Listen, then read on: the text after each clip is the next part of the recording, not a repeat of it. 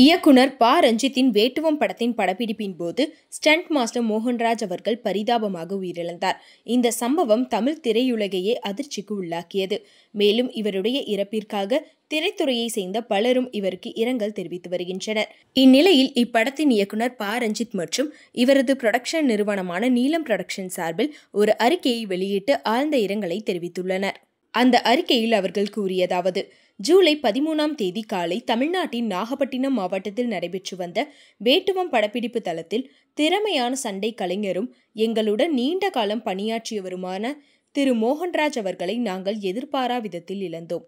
அவரின் மனைவி, குழந்தைகள், குடும்பம் மற்றும் அவரை சக பணியாளராக, நண்பராக அறிந்த அனைவரையும் தேற்றும் வழியறியாது எங்கள் உள்ளம் கலங்குகிறது. எப்போதும் போலவே கிராஷ் காட்சியை எடுக்கும் முன்பு செய்யும் தெளிவான திட்டமிடல், பாதுகாப்பு ஏற்பாடுகள், எங்களின் வேண்டுதல்கள், வாழ்த்துக்கள் என எல்லாம் இருந்தன.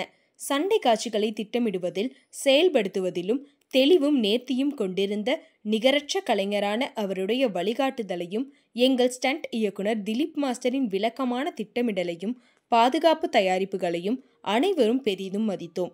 தவறாமல் பின்பற்றினோம். ஆனால் அந்த நாள் அண்ணன் மோகன்ராஜ் உயிரிழப்பில் முடிந்தது என்பது தாங்கொண அதிர்ச்சியில் ஆழ்த்தியிருக்கிறது. மோகன்ராஜ் அண்ணன் அவர்கள் தன் ஸ்டண்ட் டீம், எங்களது குழு என அனைவரின் மரியாதையையும் அன்பையும் பெற்றவர்.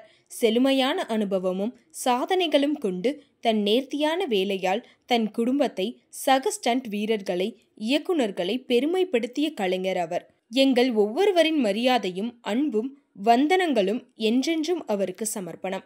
இது எங்கள் அனைவரையும் உலுக்கியிருக்கும் பேரிழப்பு. ஒரு கணவராக, தந்தையாக, பிரமாதமான சண்டை கலைஞராக, நேர்த்தியான மனிதராக வாழ்ந்த மோகன்ராஜ் அண்ணாவின் இறப்பிற்கு எங்களின் ஆழ்ந்த இரங்கல்கள். ஆகச்சிறந்த ஸ்டண்ட் கலைஞராய் அறியப்பட விரும்பிய அவரை என்றும் அப்படியே நாங்கள் நினைவில் போற்றுவோம் என நீலம் புரொடக்ஷன் சார்பில் அவருக்கு ஆழ்ந்த இரங்கலை தெரிவித்திருக்கின்றனர்.